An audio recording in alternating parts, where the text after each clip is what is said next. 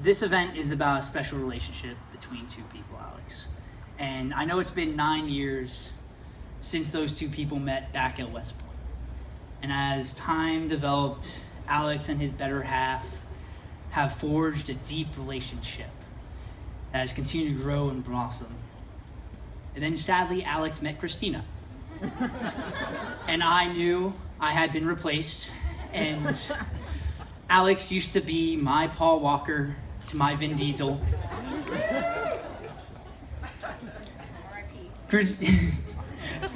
R.I.P. Yeah. Christina, I know that Alex loves you because the first time I saw the way he looked at you, it was the way that he used to look at me.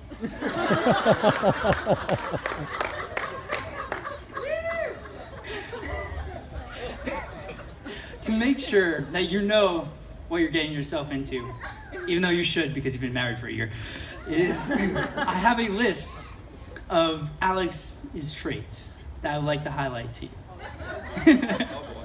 And that I want to share this list with everybody. First, Alex has a profound love of cats. Checkers has his own Facebook page, I'm at Checkers, hashtag, He has a shelf of self-help cat books. And these include great titles such as Dummies for Cats and Cat Confessions. And it's all for his cat, Checkers. Second, Alex is a fair weather Cowboys fan, aka America's team. And I would like to highlight this with a special story we had back in plebe year, where we were at our sponsor's house, Joe Fanzelter, and Joe is a big Redskins fan. And Alex just kept pestering him about how the Cowboys were so much better. So Joe came out him, stood up, looked at him, and was just like, Alex, name one member of the Cowboys team. Alex quickly responded with, Tony Romo. Yeah. So Joe was like, quickly retorted, name two people on the Cowboys team. And Alex was like, America's team? I don't know. Yeah, same. Oh, by the way, Tony Romo is not the starting quarterback anymore. I'm just letting you know. So, 3, Alex's favorite song is "Glamorous" by Fergie. As part of the hazing at West Point, we all had to do questionable things, and I'll probably hear this when I get married. But Alex had, whenever the upperclassmen told him to roll the dice, he had to sing this song.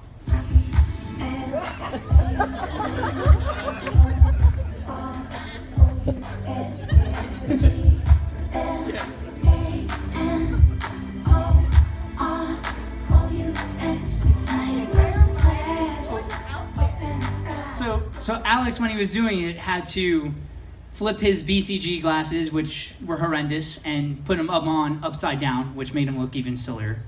And then he tilted his hat to the sideway like a gangster, and he would take out his dog tags, and one of his dog tags, because he's allergic, was red. So he had these red dog tags rolling out, and he would just be like rolling the dice like G-L-A. And he would just go straight through this thing, and it was very horrendous. I'm sorry you had to go through that. Thanks for bringing it up. No problem. But seriously, Christina, I know Alex, again, was in love with you since he first met you. I know that's why when you two were in Bullock, he traveled 18 hours to see you and play his guitar in front of your apartment. Or why when you were a couple, he would constantly fly every month to see you in Seattle, across the country, which is a hard thing for Alex to do. And and he was always in love with you and will forever be in love with you. You two see the good in each other. And from the bottom of my heart, I hope you have a wonderful life, wonderful marriage. Thank you. I'd like to raise a toast to Alex and Christina.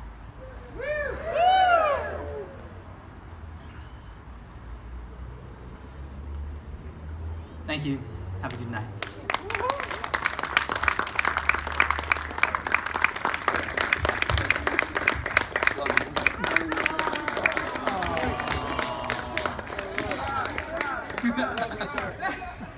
Okay, now I'd like to ask the Maid of Honor to come up to the front to give her a toast. This is a really good mic. You don't even have to hold this near your mouth. All right. Evening, everybody. So I am the Maid of Honor. I know I changed clothing. I'm still the same person. So I've had... Yeah, purple socks, man. Really. Thank you. So I've had the pleasure of knowing Christina since the beginning of our time at West Point. And I have to say, like, I'm very grateful for having had met her. Because she's a significant part of my life, and I'm so honored to be here right now. And if you're a friend of the groom and you haven't had the opportunity to get to know Christina, please do. Please, take the moment to come up and meet her, because I will say, there is never a dull moment with Christina. Like, she is a unique human being, and in the best way possible. And so, appreciate having you in my life as a good friend. And Alex, I actually met Alex before I met Christina, and because I was in the same company. I wasn't in the same squad, but I was in the same company, and so memorable. I do remember him because of the same reasons, but glamorous, yes. But I have to say that I've been the biggest cheerleader of Alex since we were in college, and I am so happy he's such a persistent individual, because I've gotten to see this relationship go from a guy trying, to woo the girl that he adores all the way to this moment. And I'm just so happy that I've been able to see it, go from day one all the way up to now. And I'm excited to see it continue on into the future. And what I really liked about their relationship as they were, doing the whole courting thing, getting to know each other, is just their persistence in taking the time to visit each other. And I will say one in particular visit, when Alex flew to Washington,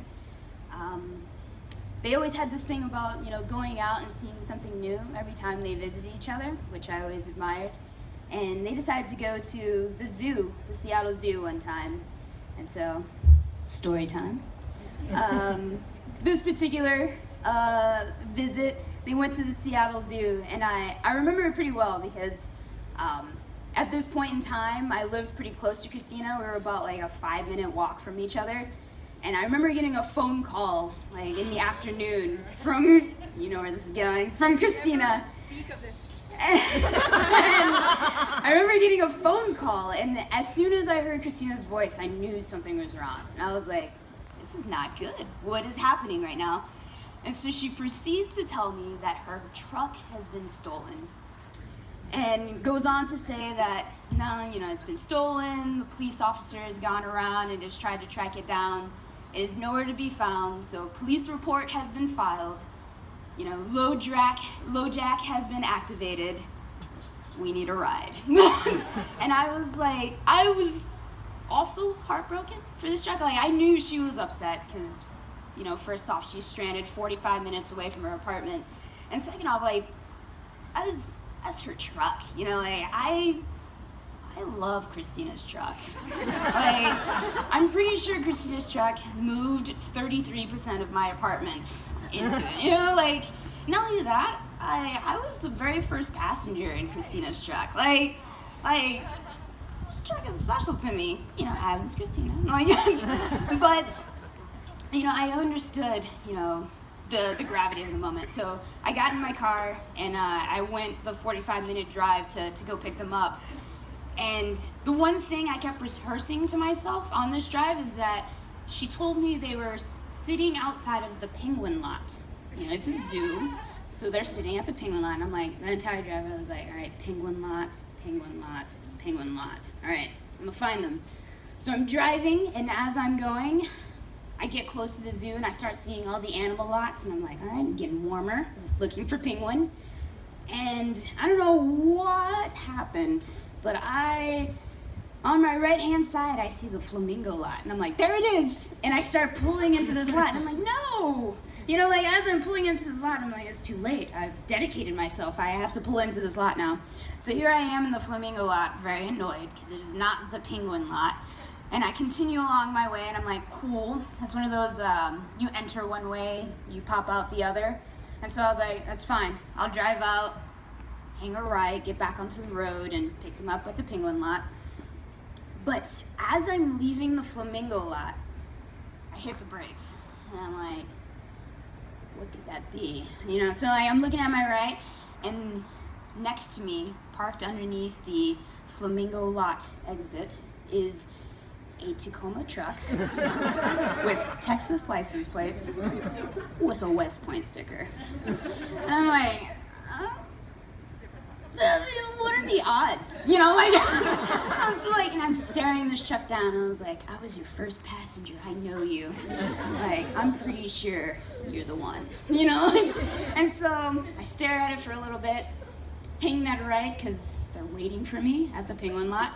And I get, in my mind as I'm driving towards them, I was like, am I in like I just got punked? You know, like, did they make me drive 45 minutes just to tell me, like, just kidding?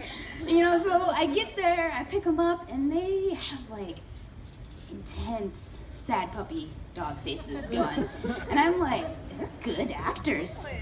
They're good actors. Like, they're playing me. So they get in the car, Christina gets in the passenger seat, and, yeah, so I'm like, so it's stolen, huh? And they're like, yeah, like, low jack activated, stolen. I'm like, oh man, that's crazy. So, you know, end of story. I brought them to the truck. All was well. The night ended great. We went to dinner together. And little third wheel, I went along with them. But yeah, so. Low jack doesn't work, by the way. Listen to all of you, low jack does not immediately find your vehicle when it's like 100 meters away from you. So, but I told this story just to say that marriage is an adventure, and when these two are together, like, never a dull moment with Christina, but you combine the two and it's never a dull adventure. And I wish them the best along their path in their long marriage, and I'm definitely excited for many, many, many Christmas cards to come. So, but congratulations, guys, and glad to be here for you all. Another toast.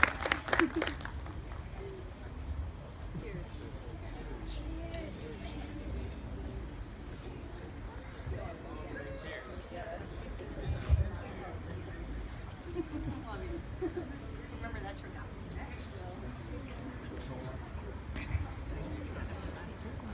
All right.